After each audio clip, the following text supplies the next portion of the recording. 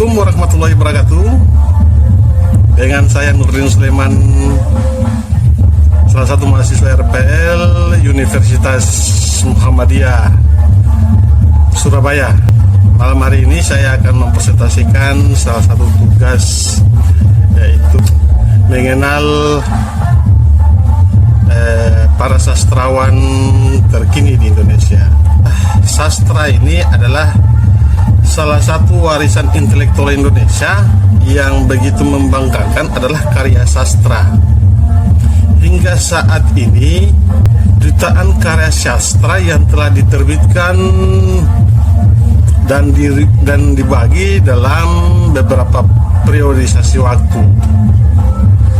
Dalam setiap periodisasi waktu terdapat tokoh-tokoh fenomenal yang masih terus harum hingga saat ini.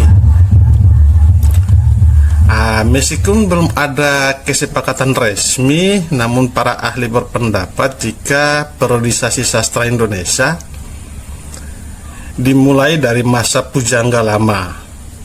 Periode ini dilakukan untuk menyebut karya-karya sastra yang lahir sebelum abad ke-20. Setelah periode Pujangga Lama, sastra baru dengan karya sastra dan nama-nama sastrawan dan karyanya masih tetap hingga era modern sekarang ini.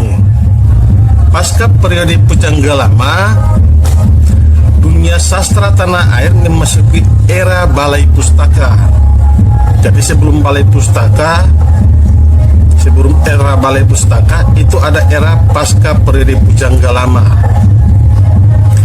Angkatan ini, balai pustaka angkatan ini lebih banyak menghasilkan karya-karya sastra dengan genre roman. Kemudian periode balai pustaka ini dimulai dari tahun 1920 sampai dengan 1930. Kemudian adanya pembatasan karya sastra oleh pemerintah Belanda kala itu membuat prioritas sastra periode ini itu didominasi oleh orang Sumatera. Hal ini membuat ciri khas karya sastra balai pustaka kental dengan bahasa Melayu tinggi. Masa itu sastrawan yang kesoho pada periode itu seperti Amin Pane, M. Kasim, Nur Sultan Iskandar, Mera Rusli, Asrul Sani, Hans Bagwell, Jasin dan Amir Hamzah. Salah satu karya sastra fenomenal dari periode balai pustaka adalah Siti Nurbaya karya Marha Rusli. Dan tadi adalah era Pujangga Lama. Pasca era Pujangga Lama itu oleh balai pustaka. Saat ini saya akan menjelaskan sedikit tentang era Pujangga Baru. Sebutan Pujangga Baru berawal dari majalah sastra dan budaya Pujangga Baru yang terbit pada 29 Juli tahun 1933. Salah satu sastra dari angkatan Pujangga Baru yang masih fenomenal hingga saat ini adalah Layar Terkembang. Itu karya sastra Sultan Tagir Ali Sahbana.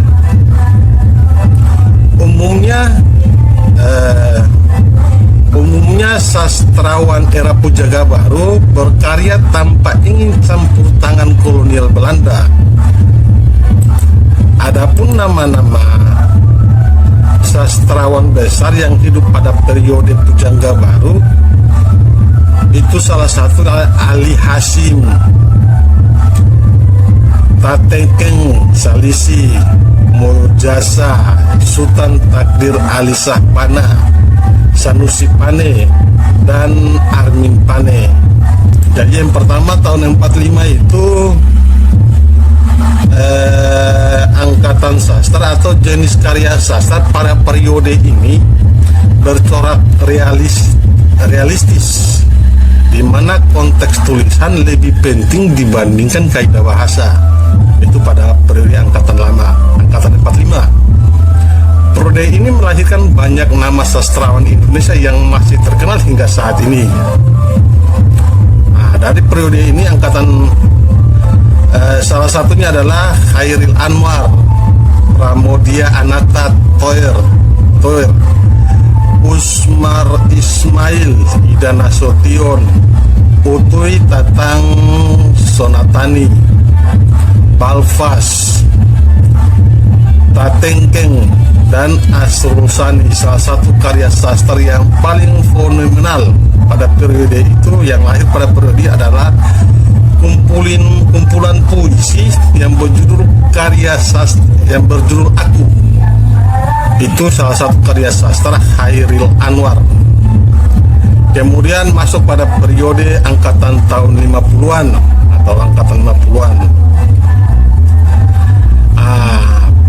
Angkatan 50-an ini merupakan periode sastra peralihan dari situasi perangkat perdamaian. Hal ini juga disebutkan oleh Andri Wicaksono dalam buku Pengkajian Prosa Fiksi. Umumnya karya sastra angkatan 50-an didominasi oleh cerita pendek dan kumpulan puisi.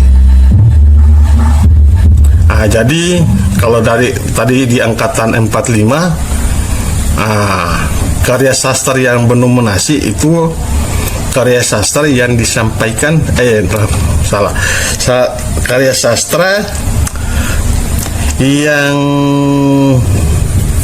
fenomenal pada waktu itu tahun 45 itu dalam bentuk tulisan, bukan dalam dibandingkan dengan kaidah-kaidah kebahasaan. Tapi pada tahun 50-an itu yang mendominasi, karya sastra mendominasi adalah cerita pendek dan kumpulan puisi. Kemudian para sastrawan yang terkenal pada angkatan 50-an itu antaranya ada Taufik Ismail, Umar Khayyam, Gunawan Muhammad, W.S. Hendra, N. Hadini, Supardi Djoko, Joko Domono, dan masih banyak lagi. Kemudian masuk pada angkatan 70-an. Sastrawan pada periode sastra 70-an umumnya lebih berani melakukan eksperimen. Angkatan 70-an lahir karena titik tolak dari suatu sifat tradisional. Pada periode ini, penerbitan perlahan bangkit dan mencetak penerbit perlahan bangkit dan mencetak karya para sastrawan. Beberapa sastrawan Indonesia pada era 70-an masih didominasi oleh sastrawan dari generasi 50-an yang di tahun 70-an sudah lebih dewasa, seperti Putu Wijaya, Arifin C. Noer, kemudian Noer, Sutarji, Kolsum, Bahri, Iwan Simatupang, Darno, dan Hendra. Masuk pada periode reformasi, era reformasi. Jadi munculnya angkatan reformasi ditandai maraknya karya sastra yang bertema sosial politik dan seputar reformasi. Sastrawan era reformasi ini merefleksikan keadilan sosial dan politik yang terjadi pada akhir 1990-an. Jadi nama-nama sastrawan yang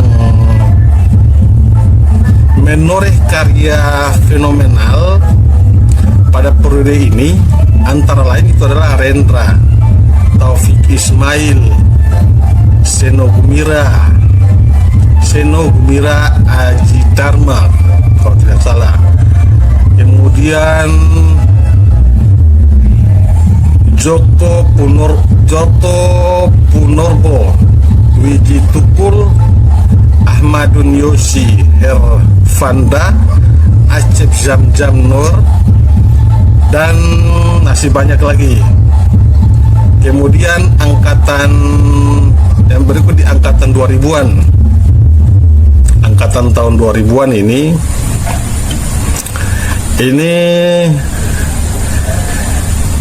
memasuki angkatan tahun 2000-an, ini gaya sastra semakin mengandalkan kekuatan literasi dan mengungkapkan cerita-cerita estetik.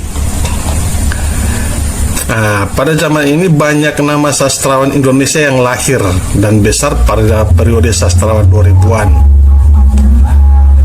Jadi pada periode sastra tahun 2000-an ini tokoh-tokoh seperti Ayu Utami, Afrizal Malna, Andrea Hirata, Habibur Rahman, Elsa El Siraz, kata salah, dan masih banyak lagi. Kemudian dari era reformasi masuk ke era digital, karya sastra era digital. Jadi selain dipengaruhi oleh zaman, karya sastra juga dapat berpengaruh perkembangan teknologi agar tak ketinggalan. Berkat kemajuan teknologi pula munculnya istilah sastra cyber. Jadi istilah cyber ini bukan hanya cyber dalam bentuk robot-robot saja, tapi ada sastra cyber. Jadi definisinya adalah sastra cyber ini merupakan karya sastra dalam berbagai genre yang disebarluaskan melalui media elektronik seperti Wattpad, Blogme, Kabaca, hingga webtoon.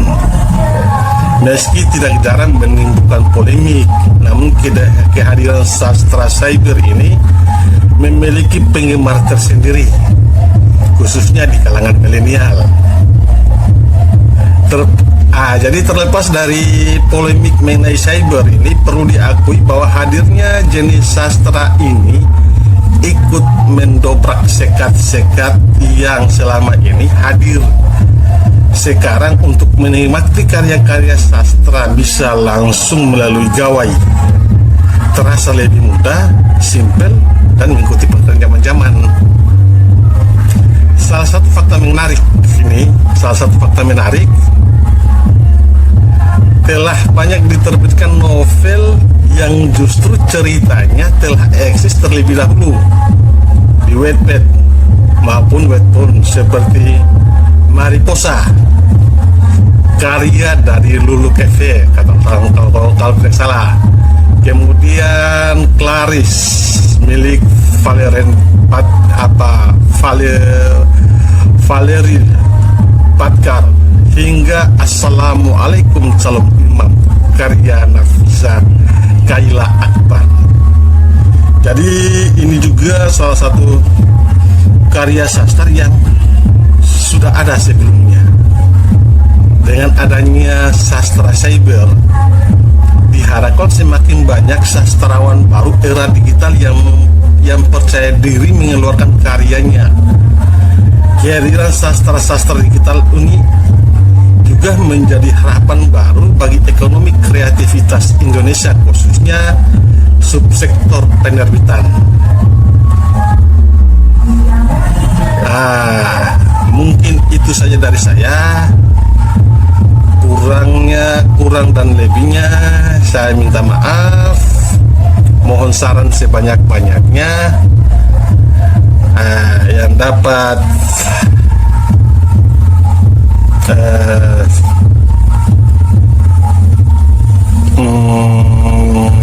saran, kritik yang dapat membangun. Akhir kata saya ucapkan wassalamualaikum warahmatullahi wabarakatuh.